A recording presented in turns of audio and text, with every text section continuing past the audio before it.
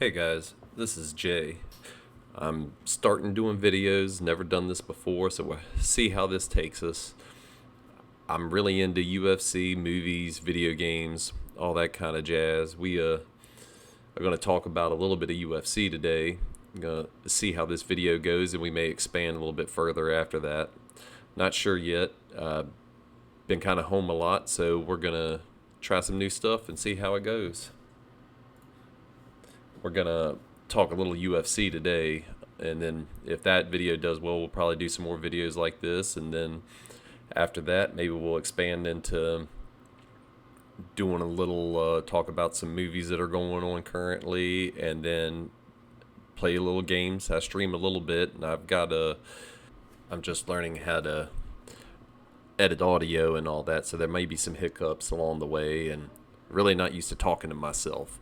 So we're going to work on that too, but I think it's going to go well, and I hope y'all enjoy it.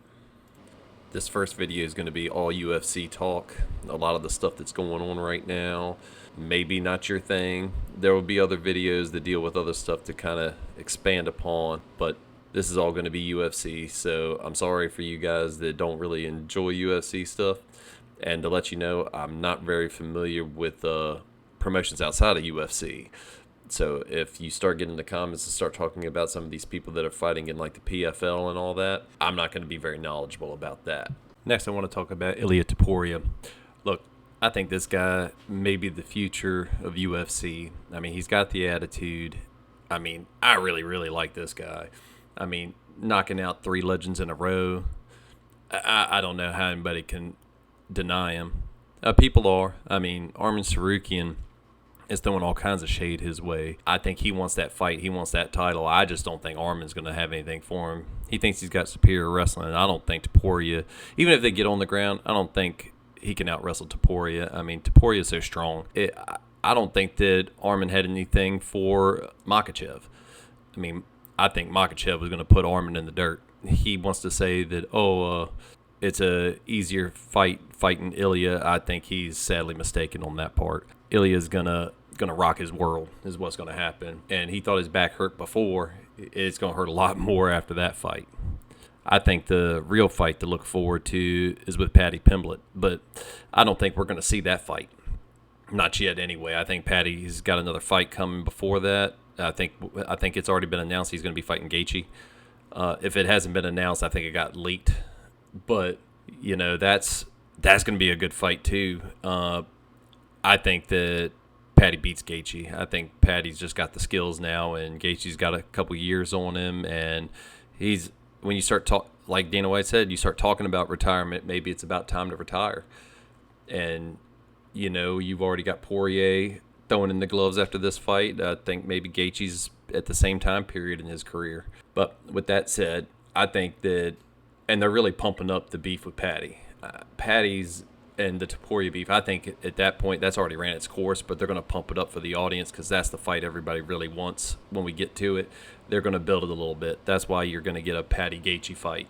And hopefully Paddy is victorious and Ilya's going to be victorious against Sarukian. And then we'll get that Paddy Topuria fight. I mean, this has been going since Sanitizer Boy, and we all remember that. That was fun. But I mean, they've been fist bumping at weigh-ins and everything, and the face-off in the ring. I think that just seemed so fake. And I like the memes with them actually kissing. I think that's hilarious because I mean, we all know that beef ain't real, but they know it's going to sell tickets if they ramp it up. And they're going to. It's going to continue. And if they both get wins on their next fights, it's really going to go hard. And I think it's going to be great for all the fans and the audience. Everybody's going to love it because both of them know how to talk out of their ass. And it's going to be hilarious, and we're all going to love it. First on our list today, we're going to talk about Tom Aspinall. Look, I like this guy. He's just got so much knockout power. He's very exciting. I hope he's going to be champion for quite some time now. But he does have some stuff to look forward to. I mean, his next opponent still hasn't been announced. We're looking at either Cyril Gane, Alexander Volkov, or Jailton Almeida.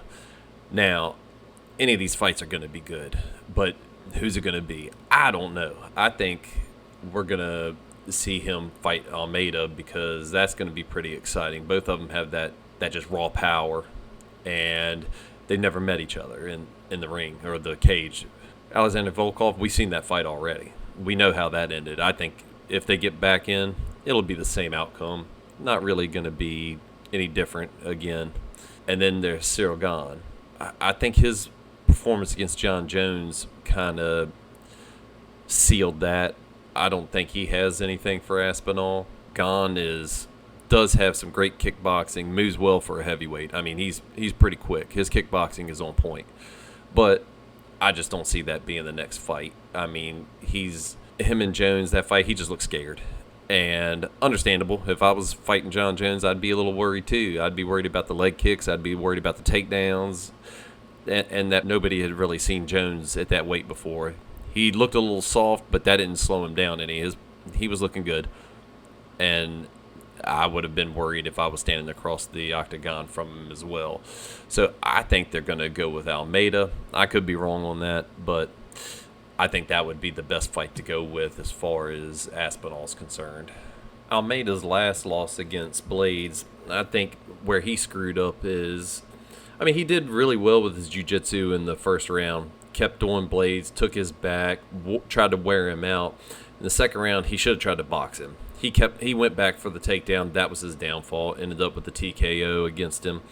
That was 15 fight winning streak that he lost. That was a chance to take, especially against an experienced wrestler like Blades. He shouldn't have done that crap. I don't know what he was thinking. It was a good idea in the first round.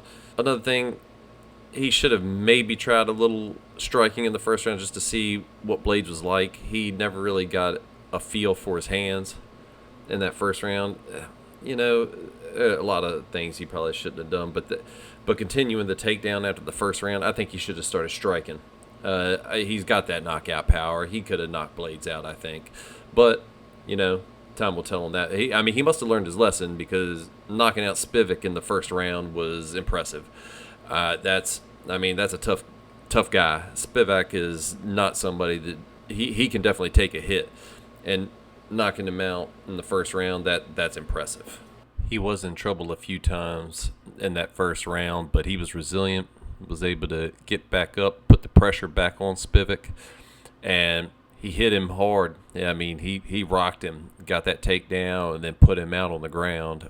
I think that he can be exciting, and I think he'd be a good matchup for Aspinall, but at the end, I still have Aspinall winning that fight. I just don't see anybody in the top 10 who can keep up with Aspinall on the ground, on the feet, anything. But I'm a fanboy. What can I say? I guess we got to talk about John Jones. Is he going to retire? Is he not retired? It looks like he's not retired. 13 days is how long it took him to decide he was going to fight again, get back in the testing pool? I think this is all a ploy. I think he doesn't want to fight Aspinall, and giving up that belt was the way to not have to do it. He's going to fight somebody else. He's going to fight a Pereira or some other legend. He is not going to fight Aspinall unless in the next year Aspinall can build up all these wins so he thinks he can actually beat him in a year's time. At first he said he needed 6 months. But guess what? Tom Aspinall, the only thing he had was first round knockouts. Nobody really knows what Aspinall's like out of the first round, and John Jones is a man who really likes to know what he's up against. He has the best fight IQ in the business. Like him or hate him, you can't deny that. He definitely knows how to prepare for a fight. He knows when he doesn't have to prepare for a fight.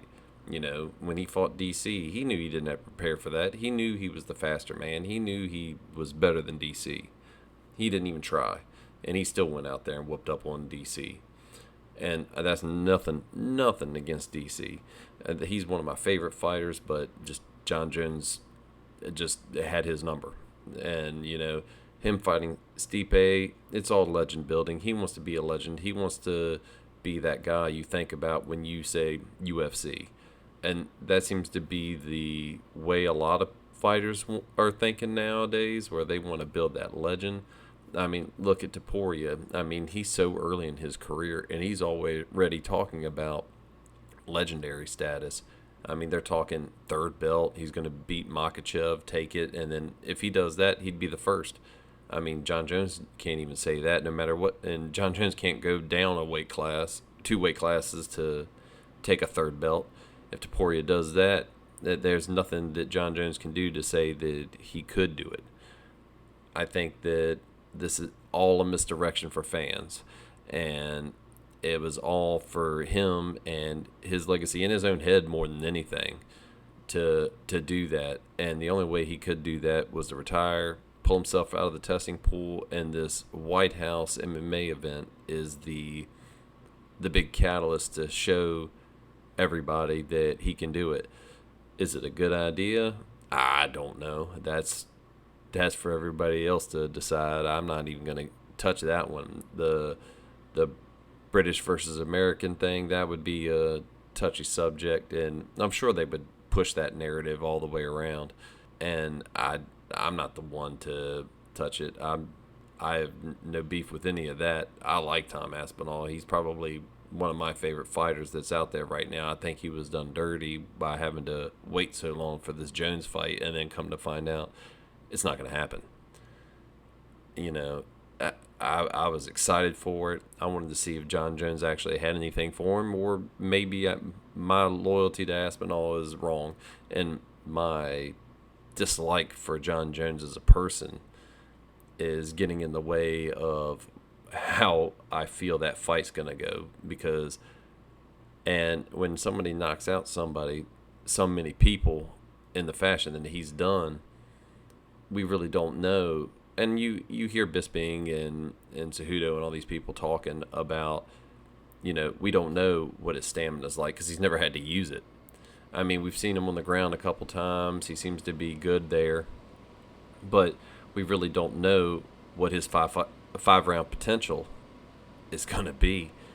I think that I really don't know. Nobody knows because nobody's been able to test it. And we don't know what he was like prior to UFC. At least I don't. I haven't seen any video of it.